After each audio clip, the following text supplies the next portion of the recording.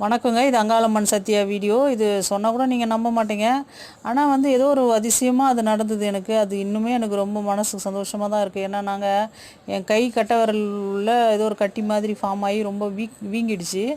அது ஃபுல்லா விரலே ரெட்டிஷ்ஷா ஆயிடுச்சு. ஒரு மாரி ரொம்ப பெயின் தாங்க முடியாத வலிங்க. அப்படி ஒரு வலி இருந்தது. நான் டாக்டரையும் பார்த்தேன், வீட்டு வைத்தியமும் பண்ணேன். 2, 3 டாக்டர பார்த்து மாத்திரைகள் எழுதி வாங்கினேன், ஊசி போட்டேன். எல்லாம் பண்ணும்போது அந்த மாத்திரைகள் அதிகம் சாப்பிட்டு ஒரு மாரி மயக்கம் மாரி வந்துடுச்சு.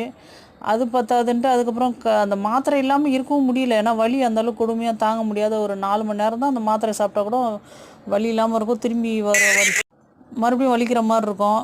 அப்போ ரொம்ப பெயின் தாங்க முடியாத ஒரு டைம் என்ன பண்ணேன், அந்த சூலத்தை எடுத்து பீரோவில் இருந்தது எங்களுது. அந்த அம்மா சூலம், மலையனூர் அங்காள பரமேஸ்வரி சூலம்.